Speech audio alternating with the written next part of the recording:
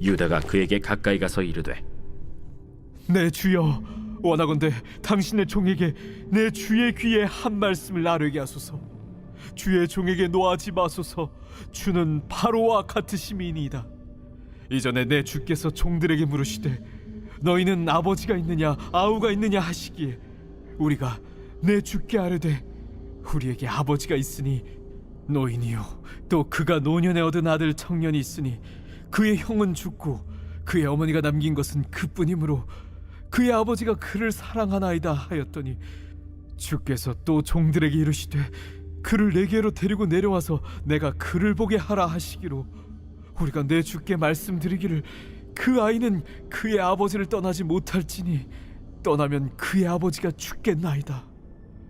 주께서 또 주의 종들에게 말씀하시되 너희 막내 아우가 너희와 함께 내려오지 아니하면 너희가 다시 내 얼굴을 보지 못하리라 하시기로 우리가 주의 종 우리 아버지에게로 도로 올라가서 내 주의 말씀을 그에게 아뢰었나이다.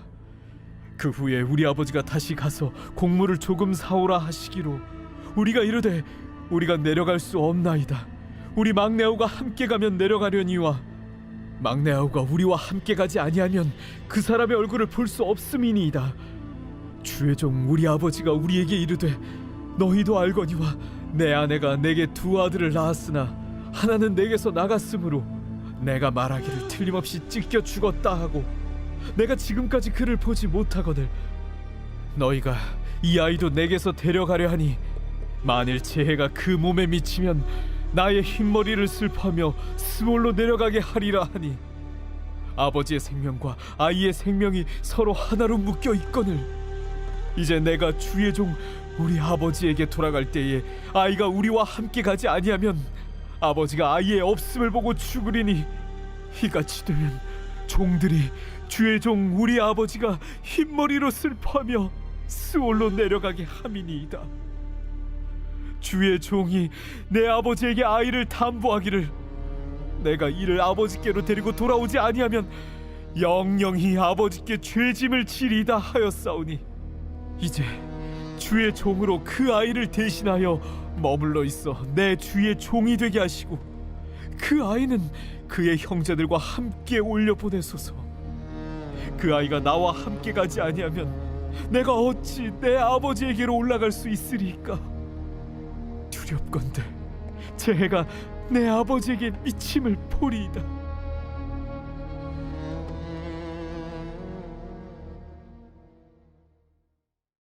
사랑하는 성도 여러분, 오늘 또 이 아침 영적인 갈급함을 안고 온라인의 예배 자리에 나오신 모든 여러분들을 주님의 이름으로 또 이 아침 평안의 인사를 전합니다. 2026년 5월 20일 수요일 창세기 44장 18절에서 34절 말씀을 가지고 대신하는 사랑이라는 제목으로 함께 말씀 나누겠습니다. 오늘 우리가 마주한 이 창세기 44장 본문이 긴장감과 절망의 그림자로 가득 차 있죠. 애굽의 화려하고 위압적인 총리의 관저, 낯선 이집트 건축물의 거대한 기둥과 서늘한 이 대리석 바닥 위에 이스라엘의 아들들이 사시나무 떨듯 두려움에 질려 엎드려 있습니다. 그들이 그토록 지키고자 했던 막내 동생 베냐민의 자루에서 총리의 은잔이 발견됐습니다. 아무리 아니라고 부인해도 변명의 여지가 없는 명백한 절도범으로 현장에서 체포된 상황입니다. 당시 애굽의 엄격한 이 법에 따라 베냐민은 평생을 노예로 살거나 최악의 경우 그 자리에서 목숨을 잃을 수밖에 없는 참담하고 끔찍한 위기의 상황이었죠. 우리야 뭐 결과를 다 보고 알고 나니까 그렇게 긴박한 상황이 아닌 것처럼 여겨지지만 참으로도 참담한 그런 상황이었죠. 형제들의 마음속에는 수십 년 전 친동생 요셉을 노예로 팔아넘겼던 그날의 잔인한 기억이 되살아나서 그들의 양심을 찌르고 있었을 것입니다. 우리가 우리 아우의 일로 말미암아 범죄하였도다라며 자책했던 그 절망적인 침묵의 순간을 깨고 한 사람이 총리 앞으로 나옵니다. 바로 유다죠. 모두가 극도의 두려움에 사로잡혀 뒷걸음치며 남의 탓을 할 수 있는 상황에서 유다는 권력자 앞으로 가까이 다가가서 자신의 생명과 모든 것을 던진 간절한 변론을 시작합니다. 오늘 이 유다의 이 애끓는 외침과 결단 속에서 우리는 우리를 향한 죽음에서 건져내신 놀라운 십자가의 은혜를 발견할 수 있게 되는 것이죠.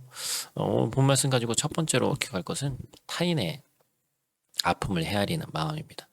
30절과 31절 말씀, 아버지의 생명과 아이의 생명이 서로 하나로 묶여 있거늘 이제 내가 주의 종 우리 아버지에게로 돌아갈 때에 아이가 우리와 함께 가지 아니하면 아버지가 아이의 없음을 보고 죽으리니 이같이 되면 종들이 주의 종 우리 아버지가 흰머리로 슬퍼하며 수월로 내려가게 함이니이다.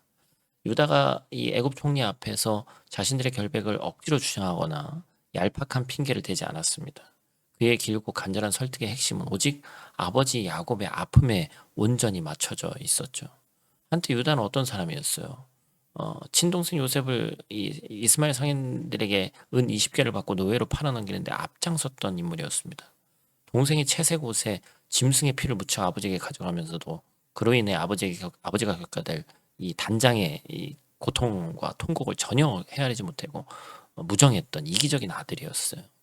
타인의 감정, 심지어 가장 가까운 혈육의 아픔조차 그의 안중에는 없었습니다. 그러나 하나님께서는 기나긴 세월과 기근이라는 고난의 용광로를 통과하게 하시면서 이 유다의 굳은 마음을 부드럽게 빚어내셨습니다. 사랑하는 아들 요셉을 잃고 평생을 짙은 슬픔과 우울 속에 살아온 아버지의 굽은 등과 늘 젖어있는 눈동자를 곁에서 지켜보면서 유다는 비로소 타인의 아픔에 깊이 공감하는 법을 배운 것이죠. 오늘 본문에서 유다가 베냐민을 잃으면 아버지가 슬픔 속에서 수월로 이 죽음의 세계죠. 내려가게 될 것이라고 애통해하는 장면은 그가 얼마나 아버지의 상한 마음과 하나로 결탁되어 있는지를 확실하게 보여줍니다. 지독하게 이기적이었던 유다가 이제는 동생 베냐민의 안위와 아버지의 생명을 자신의 것과 동일시하면서 그들의 고통을 자신의 고통으로 끌어안는 성숙한 사람으로 온전히 변화된 것이었죠. 그렇다면 오늘을 살아가는 우리의 삶이 어떻습니까? 우리는 가족이나 이웃 그리고 교회 내의 영적인 지체들이 남몰래 흘리는 눈물과 아픔에 얼마나 깊이 공감하고 있어요. 때로는 내 삶의 무게가 너무 무겁다는 이유로 혹은 이민 생활의 분주함과 피곤함을 핑계로 주변 사람들의 깊은 신음소리를 철저히 외면하고 있지는 않은가. 내가 무심코 던진 날선 말 한마디가 누군가의 가슴에 지워지지 않는 상처가 됨에도 불구하고 그저 내가 옳다. 내 성격이 원래 이렇다면서 무책임하게 감정에 이 배설을 하고 있지는 않은지 뼈아프게 한번 돌아봐야 합니다. 두 번째로 우리가 기억할 것은 기꺼이 종이 되는 십자가의 길입니다. 33절 말씀, 이제 주의 종으로 그 아이를 대신하여 머물러 있어 내 주의 종이 되게 하시고 그 아이는 그의 형제들과 함께 올려 보내소서.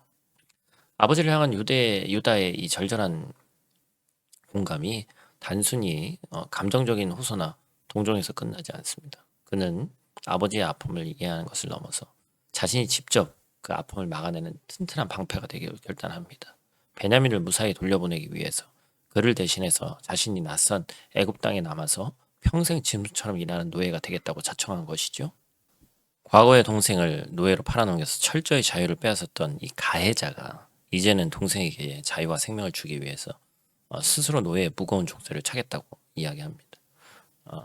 이 유다의 처절하고도 순간 희생 정신 속에서 우린 누굴 보게 되는 것이죠? 바로 우리를 대신해서 수치와 조롱을 받으시고 십자가의 참혹한 형태를 지신 예수 그리스도의 얼굴을 보게 됩니다. 죄로 말미암아 영원한 죽음의 형벌을 받고 사탄의 노예가 될 수밖에 없었던 우리를 살리시기 위해서 창조주 하나님의 본체이신 예수님께서 친히 우리의 모든 추악한 죄악과 끔찍한 저주를 홀로 짊어지시고 우리를 아버지 하나님의 따뜻한 품으로 돌려보내시기 위해서 자신의 몸을 찢어서 온전히 내어주셨습니다. 바로 이것이 골고다 언덕에서 완성될 예수님의 십자가 사랑을 미리 보여주는 아름다운 거룩한 예표죠. 그렇다면 십자가의 그 측량할 수 없는 은혜로 구원받은 우리는 어떤 자리로 오늘 나가야 됩니까? 예수님을 따르는 참된 제자의 길은 누군가를 살리기 위해서 기꺼이 나의 정당한 권리를 내려놓고 스스로 낮아지는 것이 있습니다. 내가 먼저 조금 더 손해보고 내가 먼저 무릎 꿇고 낮아지고 내가 마땅히 져야 할 책임을 비겁하게 회피하지 않을 때 비로소 그 죽음의 자리에서 생명이 살아나는 놀라운 부활의 기적이 일어난다는 것입니다. 우리는 종종 가정에서나 교회 공동체 안에서 누가 더 옳은가, 누구의 잘못인가를 증명하기 위해서 혈안이 될 때가 너무나도 많이 있습니다. 하지만 십자가 복음의 진정한 요구는 나의 정당성을 끝까지 증명해서 이기는 것이 아니라 말없이 십자가를 짊어지는 것인 줄 믿습니다. 사랑하는 성도 여러분, 말씀을 맺겠습니다. 오늘 본문에서 유다가 보여준 자신을 버리는 이 대신하는 사랑은 오랜 세월 복수심과 상처로 얼어붙어 있던 애굽 총리 요셉의 마음을 단숨에 녹아내리게 했습니다. 형들을 끝까지 못 믿었잖아요. 그죠? 마침내 찢어졌던 형제를 아름답게 회복시켰고 이스라엘이라는 거대한 민족의 생명줄을 이어가는 위대한 구원의 역사가 된 사건이었습니다. 내 삶에 임하는 놀라운 기적과 변화는 핏대 높여서 나의 정당한 권리를 주장할 때 일어나는 것이 아니고 기꺼이 타인을 위해 나 자신을 하늘의 미랄처럼 희생할 때 시작되는 줄 믿습니다. 우리를 구원하신 예수님께서 친히 골고다 언덕에서 우리를 위해 먼저 그렇게 하셨기 때문입니다. 오늘 하루 우리 성도들의 치열한 삶의 현장인 일터와 가정 그리고 이곳 타국 땅에서 만나는 수많은 관계 속에서 이 거룩한 십자가의 사랑이 묵묵히 흘러가기를 소망합니다. 비겁한 병명이나 상황 논리 뒤로 숨지 마시고 오늘 하나님께서 내게 맡겨주신 사람들과 일들에 대해서 변함없이 묵묵히 끝까지 책임을 다하는 신실한 여러분들 되시길 바랍니다. 나를 죽여 남을 살리는 그 좁고 험한 십자가의 길을 묵묵히 걸어갈 때 살아계신 하나님께서는 여러분의 희생을 걸음삼아 가장 아름답고 영광스러운 생명의 열매를 가득 맺게 하실 줄로 믿습니다. 오늘 본 말씀 가지고 하나 실천하기를 원하는 것은 무명의 사람이 되어보자. 집안일이든 직장의 업무든 평소 가족이나 직장 동료가 귀찮아하는 성가신 일들, 예는 제가 드러났습니다. 이런 예들을 한 가지를 꼭 내가 대신해서 처리하시고 당연히 누군가 해야 될 일이고 나는 이거 안 해도 돼 그런 건 없어요. 그죠? 그래서 내가 그 일을 했다는 사실을 또 거꾸로 절대로 아무에게다 티내지 말고 섬김이 있는 귀하고 복된 오늘 하루 되시기를 간절히 축복합니다. 우리 다 같이 있는 자리에서 함께 기도하고 마치도록 하겠습니다. 사랑과 긍휼이 무한하신 아버지 하나님, 죽어 마땅한 우리를 대신해서 십자가의 참혹한 고통을 다 감당하시고 영원한 생명을 선물로 주신 그 크고 놀라운 사랑에 대해 감사와 찬양을 드립니다. 이방 땅에서 팍팍하고 고단한 이민의 삶을 핑계 삼아서 내 안위만 살피고 정작 곁에 있는 가족과 영적 지체들의 이 소리를 철저히 외면했던 우리의 이기심을 십자가의 보혈로 씻어 용서하여 주시옵소서. 간절히 간구하옵기는 말씀을 듣는 우리 모든 프라마교회 성도들의 심령 깊은 곳에 예수 그리스도의 그 대신하는 사랑을 충만하게 부어주시고 기꺼이 먼저 낮아지고 기꺼이 먼저 손해보며 누군가의 생명을 살리고 세우기 위해 나의 합당한 권리마저 과감히 포기할 수 있는 그 십자가의 용기를 허락하여 주시옵소서.